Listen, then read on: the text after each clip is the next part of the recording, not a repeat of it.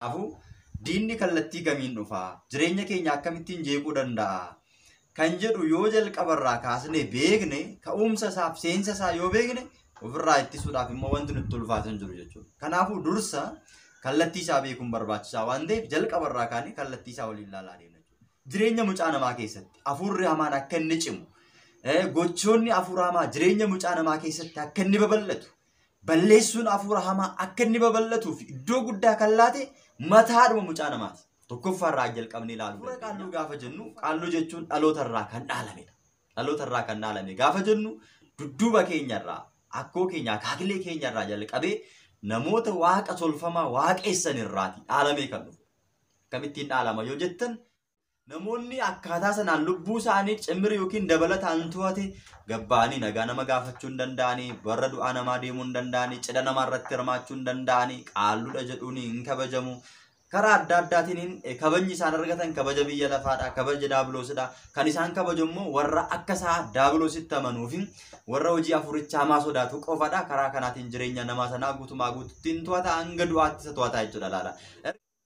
Namni tokko qaallutti amana yoo ta'e mucaa tokko heerumsiifachuu yookiin fuusifachuu yoo barbaade dursee dhaqeenyu gaafata, qaalluu sana gaafata jechuudha. Mucaa kiyya heerumsiifachuufanii. Kanaafiyyuu warri sun naaf ta'u moo hin ta'an, mucaa kiyyaaf hin ta'amu hin ta'an jedhee dursee qajeelcha gaafata yookiin immoo tattamaan irratti gaggeessa jechuudha. Namni sun gaafa inni ganiinsa jalaa bahee gara amantaatti gaafa inni deemuu barbaade isa gaafa ganu miidhaa saffisaa irratti gaggeessa, qabeenya isaa jalaa balleessa yookiin immoo ijoollee isaa keessaa tokko akka jalaa dhukkuban taasisa. Gaafa inni dhukkube namtichi laphee isaatiin guutumaa guutuutti ganee hin amanneera yoo ta'e lapheen isaa isa bira jira irraafama. Kanaan booddee namoota itti erga deebii dhiifama gaafadhu jedhuuni. Kanaan booddee deebii dhiifama gaafata. Gaafa inni dhiifama gaafate mucicharraa dhukkubicha hin kaasa. Sababiin isaa ofii isaa deemu saraawitii isaa sana warra isa jala jiran uumaa daabiloos kan ta'an sana namichatti ajajee kallattii adda addaatiin maal godha? Jireenya isaa irratti isa rakkisa. Bofa itti erguudhaan, waan inni hojjete jalaa balleessuudhaan, namaan walitti buusuudhaan, nageenya dhorkuudhaan karaa adda addaatiin diinagdee isaa irratti, adeemsa jireenya isaa irratti waan hunda erga qorateen booddee miidhaa saffisaa sana irratti gaggeesse. Namtichi waan kaayyeffate sana, ganiinsa kaayyeffate sana ganuu dhiisee deebii akka isatti amanuuf kallattii adda addaatiin qorannoo gaggeesseen immoo hojii hojjisiisa. Maaliif guutumaa guutuutti kontirool kan godhe jireenya isaa guutuu daabiloos waan ta'eef jechuudha. Achi keessatti iccitiin inni beeku takka iyyuu hin jiru. Iccitii isaa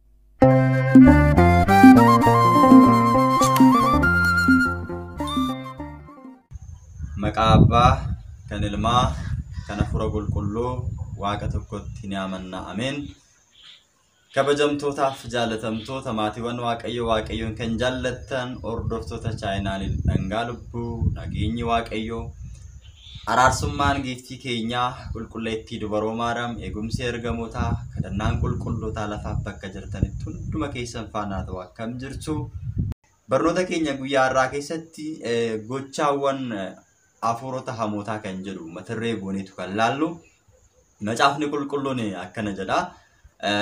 Wangeelaa Maatiyoosii boqonnaa 16 lakkoofsa 3 irraa kaasnee gaafa dubbisnu ganama immoo boroon yeroo diimattu duumessa irra buufateera.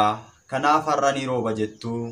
Egaa bifa waaqaa ilaaltanii yookiin immoo gara samiitti ol ilaaltanii waan raawwatu himuu ni yaaltu yookiin immoo ni beektu. Milikkita yeroo kanaa immoo hubachuu hin dandeessanii jedhee wangeela kanarratti kaa'ee jira. Namoonni baay'een keenya waa'ee ganama qabamuu keenya yookiin immoo hafuura hamaadhaan jalqabarraa qabamuu keenya namoonni baay'een hin hubanne. Namoonni baay'een kiristinnaa keessatti yookiin immoo amantaa kana keessatti namoonni baay'een amantaan kun akkuma waan salphaatti ilaaluudhaan yeroo baay'ee yeroo isaanii aarsaa kan taasisan, bakka hin taanetti yeroo isaanii kan guban, bakka hin taanetti jireenya isaanii yommuu dabarsan ni ilaalla. Amantaan kun dhugaadhaan hordofne yoo itti jiraanne jireenya fooniidhaafis, jireenya lubbuudhaafis, jireenya bara baraa argachuudhaafis iddoo guddaa kan qabu ta'uu isaa beekuun nurra jiraata. Gocha hafuura hamaa jechuun maal jechuudha kan jedhu jalqabarraa kaanee egaa seensa barnoota keenyaati waan ta'eef jalqabarraa kaanee yoo beekne abbootiin keenya maal jedhu hafuura hamaan diinni karaa inni ittiin dhufu ni beekna taanaan nutis immoo ofirraa qolachuudhaaf nutti ulfaatu. Kanaafuu diinni kallattii kamiin dhufaa? Jireenya keenya akkamittiin jeequu danda'a? Kan jedhu yoo jalqabarraa kaasnee beekne, ka'umsa isaaf seensa isaa yoo beekne ofirraa ittisuudhaaf immoo wanti nutti ulfaatan jiru jechuudha. Kanaafuu dursa kallattii isaa beekuun barbaachisaa waan ta'eef jalqabarraa kaanii kallattii isaa waliin ilaalaa deemna jechuudha. Gocha hafuura hamaa jechuun egaa daandii kallattiidhaanis ta'ee al kallattiidhaan jechuudha. Jireenya keenya keessatti wantoonni mul'atan hundumtuu gocha hafuura hamaa gaafa jennu kallattiidhaanis ta'ee al kallattiidhaan nama biraa miidhuudhaaf jedhamee seexana wajjin walitti dhufeenya yookiin waliigaltee taasifamuudhaan kan bu'uureeffamu jechuudha. Kana gaafa jennu namoonni hojii hafuura hamaadhaan qabaman yookiin immoo diina wajjin waliigaltee taasisanii kallattiidhaan ta'uu danda'a, al kallattiidhaan ta'uu danda'a, jireenya mucaa namaa miidhuudhaaf inaaffaa guddaadhaan irratti ka'uudhaan diina wajjin waliigaltee taasisanii jireenya namaa ni miidhu jechuudha. Kun as keessatti gaafa laalamu maal jedhamee ramadama? Gochoota hafuura hamoo jedhamee laalama jechuudha. Hafuuronni hamoon egaa jireenya keenya keessatti lubbuu keenya, jireenya keenya, yeroo keenya keessatti gidduu galuudhaan miidhaa kan geessisan balaafamtoota yookiin immoo nama miidhuudhaaf ammeenya kan raawwatan hamtoota haa ta'an malee eegumsi waaqaa amma jirutti humnii fi dandeettiin balleessuu isaanii xiqqoo ta'uu kan danda'u. Xiqqoo ta'uu kan danda'u nuti amantaa qabannetti cimnee hojii gaariidhaan yoo jiraanne qofadha. Kana gaafa jennu diinni jireenya keenya keessatti, adeemsa keenya keessatti, bahaaf galuu keenya keessatti karaa adda addaatiin nu miidhuu barbaada. Akka inni nu muuneef immoo eegumsi waaqayyoo jira. Eegumsi waaqayyoo immoo yeroo hunda akka nurraa addaan hin baaneef jireenyi keenya waaqayyoon eeggamee akka jiraatuuf nus gargaarsa gochuu qaba. Gargaarsi nuti goonu ni jalqaba. Kadhannaadhaan cimu, soomiidhaan cimuudha, sigdatiidhaan cimuudha, amantaa fi amantiitti cimuudha bakka. Kana taasisne irra taanaan tokkoffaa ofii keenyaaf hojii hafuura hamaa ofirraa ittisuudhaaf hojjenne irraa gargaarsi waaqayyoo nu waliin jira. Kana keessatti hafuurri hamaan jireenya keenya miidhuufis ta'e balleessuudhaaf iddoo guddaan argatu jechuudha. Har'a egaa miidhaan hafuurota hamoo yeroo kamirrayyuu caala kan babal'atee fi kan mijaa'ee dandeettii miidhaa inni geessisus kan inni cimuu danda'e jireenya mucaa wajjin wal baruudhaan yookiin wal fakkaachuudhaan miidhaan inni geessisaa jiru kan hin mul'annee fi iccitii ta'eetu jira jechuudha. Fakkeenyaaf namoota miidhuudhaaf hafuurri hamaan kun ifaan miti kan inni nutti bahee nu miidhuudhaan diinaadha, siifaan dhufaa, na eeggadhu jedhee miti jechuudha kan inni nu miidhu jireenya keenya keessatti. Kallattii nuti hin beeknee fi mul'achuu hin dandeenye iccitii karaa ta'eetiin jireenya keenya guyyaa guyyaa keessatti adeemsa keessatti hafuurri hamaan maal gochaa jira? Miidhaa guddaadha kan inni geessisaa jiru jechuudha. Hafuurri kun iccitiidhaan akkamittiin jireenya keenya miidha kan jedhu beekne irra taanaan nutis immoo iccitii inni qabatee gara keenyaatti dhufe kana iccitiidhaan jireenya keenya keessa baasuudhaaf hojii guddaan nuti hojjennu jiraachuu akka qabu egaatiin sirriitti walitiin kan laallu ta'a jechuudha. Kanaaf diinonni mucaa namaa daabiloosii nama sirriidhumatti akka ciman gargaarsa guddaa kan godhe immoo haala ajaa'ibsiisaa jireenya mucaa namaati. Kana gaafa jennu jireenya mucaa namaa keessatti hafuurri hamaan akka inni cimu, gochoonni hafuura hamaa jireenya mucaa namaa keessatti akka inni babal'atu, balleessuun hafuura hamaa akka inni babal'atuuf iddoo guddaa kan laate mataadhuma mucaa namaati. Tokkoffaarraa jalqabnee ilaaluu dandeenya. Tokkoffaarraa yoo ilaalle amantii isaatti laafuudhaan jireenya bara baraadhaaf of qopheessuudhaa fi fedhiin inni qabu laafurraa kan ka'e yeroo hunda hojii hafuuraa qofa osoo hin taane hojii fooniidhaaf iddoo guddaa kennuun diinni jireenya keenya keessa galee akka inni miidhaa gaggeessisu karaa banee jira jechuudha. Lammaffaan immoo jireenya mucaa namaa keessatti inaaffaadhaan mucaan namaa walirratti ka'uudhaan jibbiinsaan kallattii adda addaatiin hojii hamaan mucaan namaa daabiloos wajjin waliigalteedhaan waliigalee inni hojjetu jireenya mucaa namaa keessatti badiinsa mucaa namaatiif hafuurri hamaan immoo iddoo guddaa akka inni argatuuf kallattii yookiin immoo karra guddaa baneera jechuudha. Akkamitti jechuu dandeenya jechuudha. Fakkeenyaaf keessumattuyyuu hafuurota hamootaa keessaati hafuura qaalluu laaluu dandeenya jalqaba. Hafuurri qaalluun kun mee tokkoon tokkoo isaa tarreedhaan tarreessine yoo laalle macaafni qulqulluun jalqabarraa ka'ee akkan nuun jedha. Maal nuun jedha? Waaqayyo kan isa jaalatan hunda ni eega jedha. Faarfannaa Daawit 145 lakkoofsa 20 irratti waaqayyoon kan isa jaalatan hunduma isaaniiyyuu ni eega. Nuti immoo waaqayyoon akka inni nu jaalatuuf nutis immoo waaqayyoon jaallachuun barbaachisaadha. Macaafa qulqulluu irratti yoo isin seera koo eegdan abboommii kiyya yoo eegdan ani diinota koo isiniin hin jedhu isin immoo maal goote jedhe firoota koo isiniin nan jedha jedhee dubbate. Kanaaf Waaqayyoon akka nu jaallatuuf nutis immoo adeemsa Waaqayyoo fi daandii Waaqayyoo dhugaa Waaqayyoo jaallannee deddeebiin nurra jira. Dhugaadhaan yoo deddeebine Waaqayyoon yoo jaallanne Waaqayyoos nu jaallata. Warra immoo ofii isaati jaallatu immoo in eega jechuudha. Waaqayyo warra jaallatu hunduma isaanii in eega jedheera. Kanaafuu hafuura hamaa jalaa akka Waaqayyo nu eeguuf gargaarsa akka nu taasisuuf akka inni nu eebbisuuf nutis maal gochuu qabna seera Waaqayyo eeguun barbaachisaa ta'a jechuudha. Haa ta'uuti kallattiidhaanis ta'ee al kallattiidhaan namoota gargaarsa Waaqayyo jalaa bahanii bittaa daabiloos jala jiraniitiin hafuurri hamaan kallattii adda addaatiin jireenya keenya guyyaa guyyaa keessatti ni miidhuu danda'a jechuudha. Keessumattuu hafuura qaalluu yoo ilaalle jechuudha. Hafuura qaalluu gaafa jennu qaalluu jechuun dhaloota irraa kan dhaalamedha. Dhaloota irraa kan dhaalame gaafa jennu dudduuba keenyarraa akkoo keenya akaakilee keenyarraa jalqabee namoota waaqa tolfamaa waaqessan irraati dhaalamee kan dhufu. Akkamittiin dhaalama yoo jettan mucaan tokko abbaan isaa gaafa du'e qabeenya abbaa isaatii dhaala.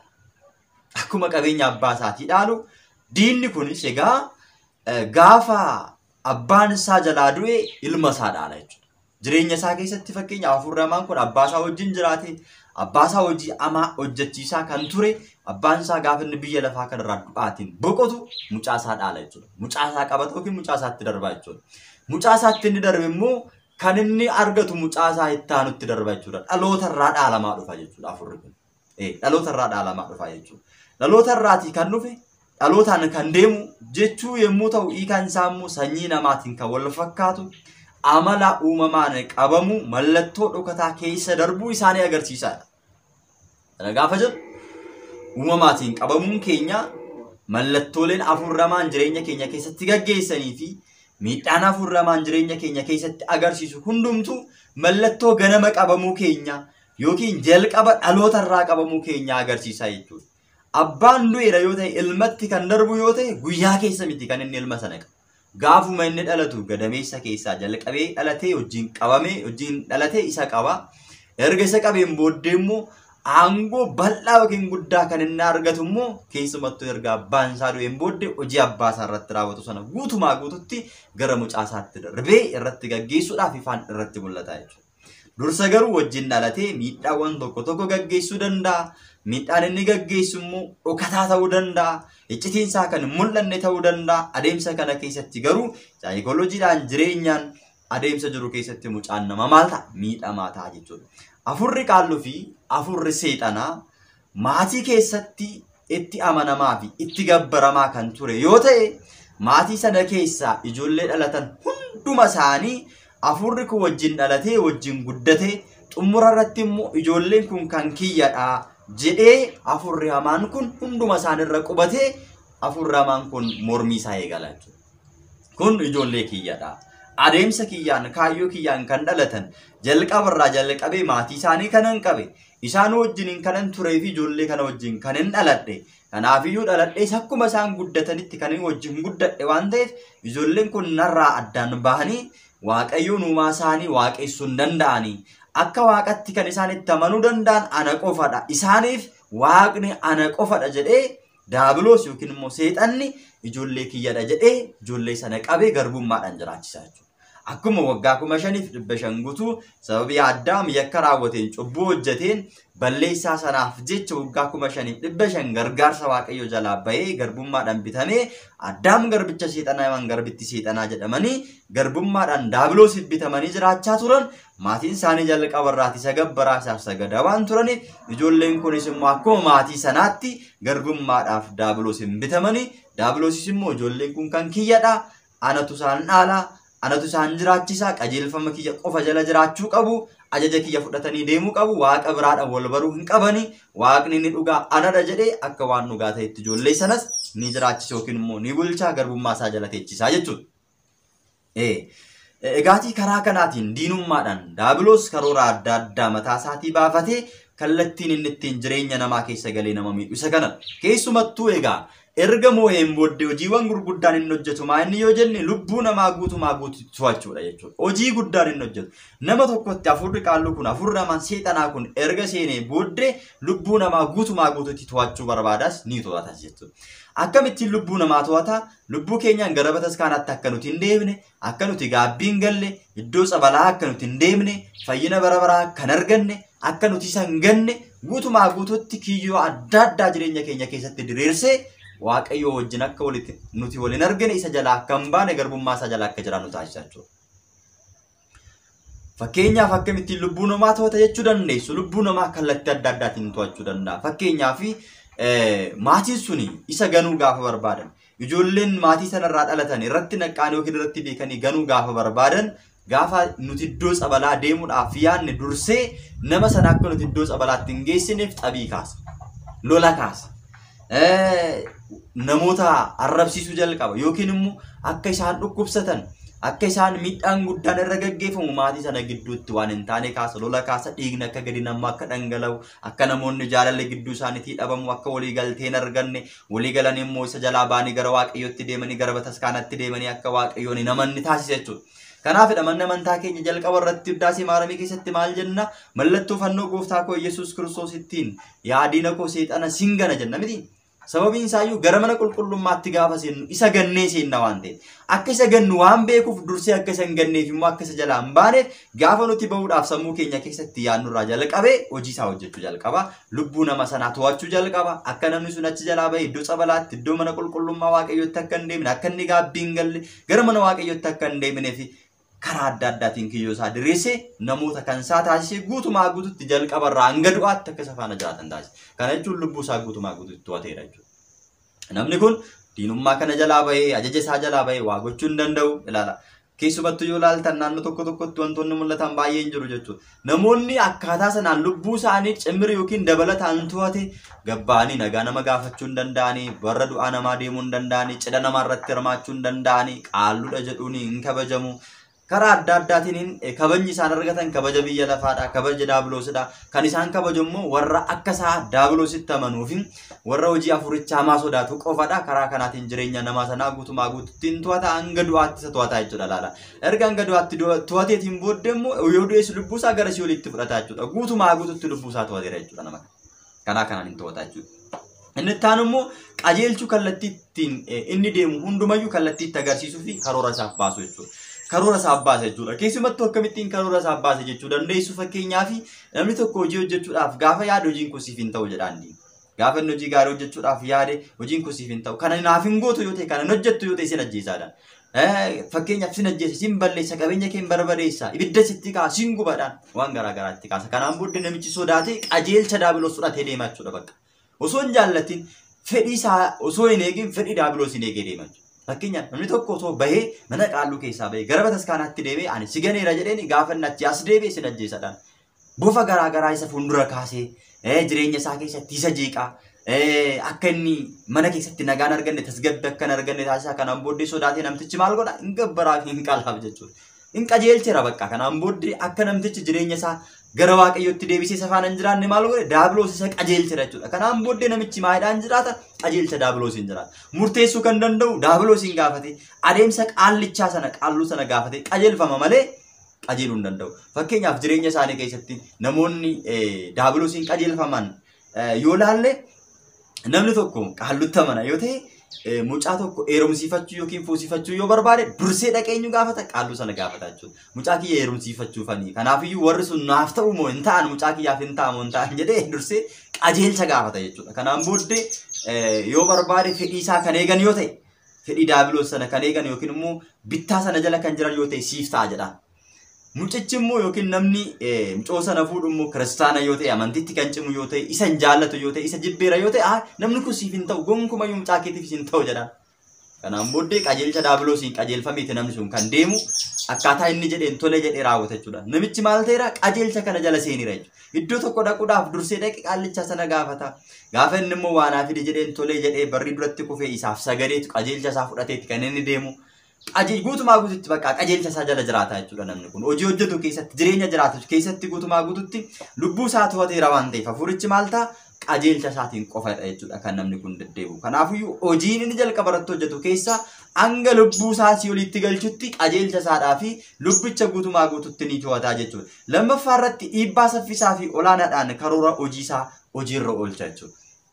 Miidhaa saffisaa gaafa jennu fakkeenyaaf namni tokko gaafa daabiloosiin ganee isa jalaa bahe miidhaa saffisaa ta'e irratti gaggeessa. Miidhaa saffisaa gaafa jennu balaa saffisa ta'e yookiin immoo hatattamaan irratti gaggeessa jechuudha. Namni sun gaafa inni ganiinsa jalaa bahee gara amantaatti gaafa inni deemuu barbaade isa gaafa ganu miidhaa saffisaa irratti gaggeessa. Qabeenya isaa jalaa balleessa yookiin immoo ijoollee isaa keessaa tokko akka jalaa dhukkuban taasisa. Gaafa inni dhukkube namtichi laphee isaatiin guutumaa guututti ganee hin amanneera yoo ta'e lapheen isaa isa bira jira irraafama. Kanaan booddee namoota itti erga deebii dhiifama gaafadhu jedhuuni. Kanaan booddee deebii dhiifama gaafata. Gaafa inni dhiifama gaafate mucicharraa dhukkubicha hin kaasa. Sababiin isaa ofiisaa itti erge waan ta'eef. Ofiisaa itti erge isatti amannaan immoo hin dhiisa jechuudha. Isaaf gabbarraan immoo hin dhiisa kallattii adda addaatiin immoo jireenya isaa jiiqaa deema. Yookiin jalaa ajjeesuu, maatii jalaa ajjeesuu, miidhaa geessisuu, horii inni jaalatu keessaa, qabeenya inni jaalatu keessaa jalaa balleessuu, mucaa yookiin daa'imman ijoollee qabu keessaa akka ijaatti kan laalu keessaa dafee jalaa ajjeesuu, bakka jalaa fudhachuu kallattii adda addaatiin miidhaa saffisaa irratti geessisee namoonni akka ajaja isaa jala akka hin baane garbummaa isaa jala akka inni hin baane saffisaatiin miidhaa guddaa gaggeessee maal godha? Akka namoonni isatti amanan taasisa jechuudha guutumaa guututti. Inni biraan bakka miidhaa isaa babal'isuu fi qorachuudha. Bakka miidhaa isaan babal'ifachuu barbaada. Fakkeenyaaf hin qorata jechuudha. Qorannoo gaafa jennu maal qorata jechuu dandeessu? Maatii tokko keessatti namoonni lama jiru haa jennu. Fakkeenyaaf kan waaqa tolfamaatti amananii fi kan waaqa tolfamaatti hin amanne jiru. Lapheen isaanii isatti amanuudhaaf kan dide hin barbaannu jedhanii kan didan yoo jiraatan jalqaba irratti eenyu irratti qorannoo gaggeessaa? Nama amantaadhaan deddeebi'u sana irratti qorannoo gaggeessa. Akkamitti akka waaqayyo irraa addaan baasee kan ofiisaa godhachuu danda'u kallattii adda addaatiin isa hordofee isa miidhuu barbaada jechuudha. Miidhaa isaa babal'isaa deema jechuudha. Kallattiin itti bahuu fi galu hunda bahaaf galma isaa hunda keessatti maal gochaa deema? Miidhaa sana babal'isuudhaaf qorachuu deema jechuudha. Erga qorateen booddee immoo saraawitii isaa sana warra isa jala jiran uumaa daabiloos kan ta'an sana namichatti ajajee kallattii adda addaatiin maal godha? Jireenya isaa irratti isa rakkisa. Bofa itti erguudhaan, waan inni hojjete jalaa balleessuudhaan, namaan walitti buusuudhaan, nageenya dhorkuudhaan karaa adda addaatiin diinagdee isaa irratti adeemsa jireenya isaa irratti waan hunda erga qorateen booddee miidhaa saffisaa sana irratti gaggeesse namtichi waan kaayyeffate sana ganiinsa kaayyeffate sana ganuu dhiisee deebii akka isatti amanuuf kallattii adda addaatiin qorannoo gaggeesseen immoo hojii hojjisiisaa hojii hojjetee nama sana aangoo isaa jalaa akka inni jiraatu taasisaa jechuudha. Hanga kana dirasitti jechuudha laalaa diinni kan inni kontirool godhu jechuudha mucaa nama. Kanaaf adeemsa kana beekuun barbaachisaa ta'a. Yeroo inni itti aanu immoo inni dhumaa yeroodhaaf namoota waan isaan fayyadu itti fakkeessee faayidaa fuuldura qabuudhaan eegaatii meeshaa godhachuudhaan namoonni hundumtuu diinagdeedhaan akka isaan ciman kabajaa fi maqaa gonfachuu akka isaan danda'an daandii baheessa itti agarsiisuu fi dhuma irratti immoo waan isaan itti gammadanii fudhatan sana immoo jalaa balleessuudhaa fi hojii isaanii hunduma isaaniif mirkaneessuu barbaada jechuudha. Fakkeenyaaf maqaa gonfachiisuu aba lukkoo nama guddaadha, ekilee lukkoo nama guddaadha, fuula isaa ilaaluun hin danda'amu, namichi ulfaataadha, kabajama ayyaantuudha akka jedhan taasise jechuudha. Namtichi kan inni akka inni ayyaantu ta'e namoonni akka isaaf kufan akka isa kabajan gad jedhanii akka isa kabajan kan taasise humnichi afurichi hamaan irra jiru namoonni akka namicha sana kabajan akka namicha sana safeeffatan nama guddaadha akka isaan jedhan taasise. Kanaan booddee hin kabajaa jechuudha. Warri kabaju immoo namoonni afur hamaan keessa jiran sana jechuudha. Namichi maal argata? Dangbaat kan jedhamu jira. Dangbaat jechuun ulfina kabajichi immoo akkasitti ta'aaf jechuudha namicha kanaaf. Kanaan booddee namichi gaafa akkaataa kanaan namoota baay'eedhaan namoota hedduudhaan kabajamuu eegale addee kanaan booddee maal gochinachi jalaa ba'a jedhaan namichi deebi'ee seexanicha gabbaruu eegala jechuudha. Gaafa seexanicha gabbaruu yookiin isaaf sagaduu eegalu kanaan booddee jireenya isaa keessa galee daabiloos maal godhaa? Faayidaa hedduutti agarsiisa. Qabeenyi isaa akka inni isaaf baay'atu taasisa. Qabeenyi inni argate garuu karaa waaqaa miti. Karaa kamiitiin? Karaa furaamaatiin, karaa daabiloos, karaa qaallachaa sanadha kan inni argate. Re'ootiin baay'achuun, hoolotiin baay'achuun, qotiyooliin baay'achuun, namoonni dhufanii isatti gabbaruun, isaaf sagaduun bakka isaaf waan addaa jannata keessa akka jirutti fakkeessa jechuudha. Kanaan booddee jireenya isaa keessatti maal ta'a? Faayidaa fuuldura qaba jechuudha. Faayidaa fuuldura qaba. Qabeenya akka baay'atuuf godha. Waan hunduu akka isaaf sirratuuf godha. Gin waa'ee lubbuu isaa jalaa fudhateera daabiloos jechuudha. dhumarratti biyya lafaarratti gammachuudhaan iyyuu haa jiraatu seexanaan fayyadamee haa jiraatu malee dhumarratti lubbuun isaa si olii gala waan ta'eef iyyuu kan inni barbaadu amma lubbittii barbaada waan ta'eef jechuudha. Lubbuu barbaada waan ta'eef kallattii adda addaati waan inni barbaadu kenna. Keessumattuu namoonni qabeenya argachuudhaaf mana xunqaayii deemanii mana qaalluu deemanii waan garaa garaa hojjisiifatan fooqii kan ijaarratan makiinaa kan bitatan adeemsa jireenya isaanii keessatti kan argatan hundumti isaanii egaati jireenya biyya lafaarratti gammachuudhaan waan jiraatan itti fakkeessee faayidaa fuuldura qabee waa'ee lubbuu isaanii jalaa fuudha jechuudha. Anaan booddee namtichi gammachuudhaan jiraachuu danda'a, makiinaa qabaachuu danda'a, fooqii qabaachuu danda'a, qabeenya qabaachuu danda'a. Kan inni argate garuu gargaarsa waaqayyootiin miti, fedha waaqayyootiin miti. Daabiloosin waan argateef dhumarratti egaati gaafa namtichi waan takkitti dogoggore gabbarsa isaa gaafa jalaa hir'isetti deebi'ee isa balleessa jechuudha. Baay'ee isaanii argitanitti yoo ta'e kan manni isaanii jalaa gubuu jira. Mana isaanii dirasii jalaa kan gubu jira jechuudha. Ibiddatti qabsiisee mana isaanii jalaa kan gubu. Halkan gaafa namoonni rafan dhagaa kan irratti darbatu jira. Gaafa dhagaa irratti darbatu namoonni gaafa gabbaanuu jedhee namichi gaafa eeyyamtu hin jiru. Amma immoo gaafa namoonni ol deebi'anii namichi immoo manatti ol deebi'e immoo ammas dhagaa kan irratti darbatu bakka kun immoo kan ta'u gabbarsisaa gaafa jalaa irratti. Dhumarratti isa balleessuu gaafa barbaadu jechuudha. Ajaja isaa gaafa inni eeguu dadhabee akka inni jedhe sanitti isaaf deemuu dadhabu maal godha daabiloos jechuudha. Fooninis lubbuudhaan isa miidha jechuudha nama kana ilaala. Kanaaf akkaataa kanaan jireenya namaa keessatti burqaa jireenya namaa keessatti jireenya namaa balleessuudhaaf adeemsa mincaa namaa miidhuudhaaf jecha hafuurri hamaa gocha hanga kana hunda danda'u hundumayyuu babal'isee hojii jireenya mucaa namaa keessatti jechuudha babal'isuudhaan kan inni hojjetu jechuudha. Kanaafuu naqqa'uun nurra jiraata jechuudha. Angeegaati kanaan olitti kaasne hundumtiyyuu karoora saaxanaa'el yoo ta'u haalli raawwii isaa keessatti uumama namaa ragaa akka argatuu fi burqaa kamiyyuu hin kennuuf jechuudha. Haala jireenyaa fi uumama mucaa namaa keessatti jechuudha hafuurri kun maal godha? Wantoonni amma kaasne kun hundumtiyyuu dhoksaadhaan waan raawwatamedha. Mucaa namaa jala waan dhokatedha jechuudha. Iccitiin kun hundumtuu isaaniif hin galu gaafa raawwatan. Kana hundayyuu ragaa fi burqaa isaaniif hin laatu yookiin burqaa gaafa jennu madda isaaniif hin laatu. Iccitii kana osoo hin beekin itti gabbara malee osoo iccitiin kun nama sanaaf galee fi ittiin gabbaru jechuudha namni. Iccitii kana hundumayyuu jalaa dhoksuun isaa immoo miidhaa namoonni suni akka irratti hin barreef. Hafuurri kun waaqa jedhanitti gabbaru malee hafuura hamaadha jedhanii namni gabbaru jiru. Iccitiin kun kan jalaa dhokateef immoo jalqabumarraa jalqabee samiirraati gara biyya lafaatti gaafa gad darbatamu daabiloosiin waaqayyoodhaaf sagadi gaafa jedhamu ani waaqayyoof hin sagadu ani waaqadha jedhee ergamoota waaqayyoof isa gidduutti lolli guddaan ta'e jechuudha. Mul'ata Yohaannis boqonnaa 12:7 gaafa dubbistan maal jedha zandoonnaa Mikaa'el tawaaggulan. Mikaa'elii fi jawwichi wal lolanii kanaan booddee nageenyi hin arganne. Mikaa'elii fi immoo gareensaa daabiloosiin jawwicha bofa bara durii seexana jedhamee waamamu sana gara biyya lafaatti gad darbatan jedhee addeessituun diinota keenyaa gara biyya lafaatti gad darbatameera. Kanaan booddee samii keessatti moo'ichi ta'eera jedhee akka dubbatu sana jechuudha. Akka isaan moo'icha hin arganne, akka isaan bilisummaa hin arganneef iccitii kana hundayyuu jalaa dhoksa jechuudha. Jalaa dhoksa jechuudha laala. Iccitiin kun hundumtiyyuu jireenya mucaa namaa keessatti jalaa dhokataa namtichi kan inni deemu adeemsi inni deemu hundumtiyyuu kallattii hin beekamne jechuudha. Joonjaa jiraata jechuudha namtichi. Iccitiin isaaf hin galu gabbara garbummaadhaan waan jiraatuuf mirga hin argatu. Namni garbummaadhaan jiraatu gaafii gaafachuu hin danda'u. Gaafii mirgaa gaafachuu hin danda'u. Garbummaadhaan jiraatu taanaan gaafii mirgaa gaafachuu hin dandeessu. Waa'ee adde gaafachuu hin dandeessu. Akkaataa namtichi si ajajetti jiraachuu qofadha jechuudha. Kanaaf har'as garbummaadhaan waan jiraataniif addaa miti waan irraa barachuu dandeenya. Waggaa 5,500 garbummaadhaan jiraachaa turan bilisummaa hin qaban. Kanaaf akkaataa kana namni kunis bilisummaa waan hin qabneef akkaataa jalqaba daabiloos isa ajaje qofatti istiraatejii isaa qofa karoora isaa qofa hojiitti hiikon. Deemi yoo jedhe deemuu taa'ee yoo jedhe taa'u nyaadhu nyaachuu kanaan ala waan gochuu danda'u hin qabu jechuudha. Maaliif guutumaa guututti kontirool kan godhe jireenya isaa guutuu daabiloos waan ta'eef jechuudha. Achi keessatti iccitiin inni beeku takka iyyuu hin jiru. Iccitii isaa hundayyuu jalaa dhoksaa jechuudha. Hafuuronni namoonni addunyaa ifaan ifatti jechuudha. Ifaan ifatti haala qabatamaadhaan mul'achuu dhiisuun isaanii immoo dhaloota ilma namaa baay'ee sammuu isaa kan qoran irrayyuu waaqayyo abdii kabajaa fi ulfina ilma namaatiif kenne akka hin arganne falmuudhaaf balleessuudhaaf ammeenya mataa isaaniif raawwatan gochuudhaan itti fayyadamaa jiraachuu isaaniiti jedha.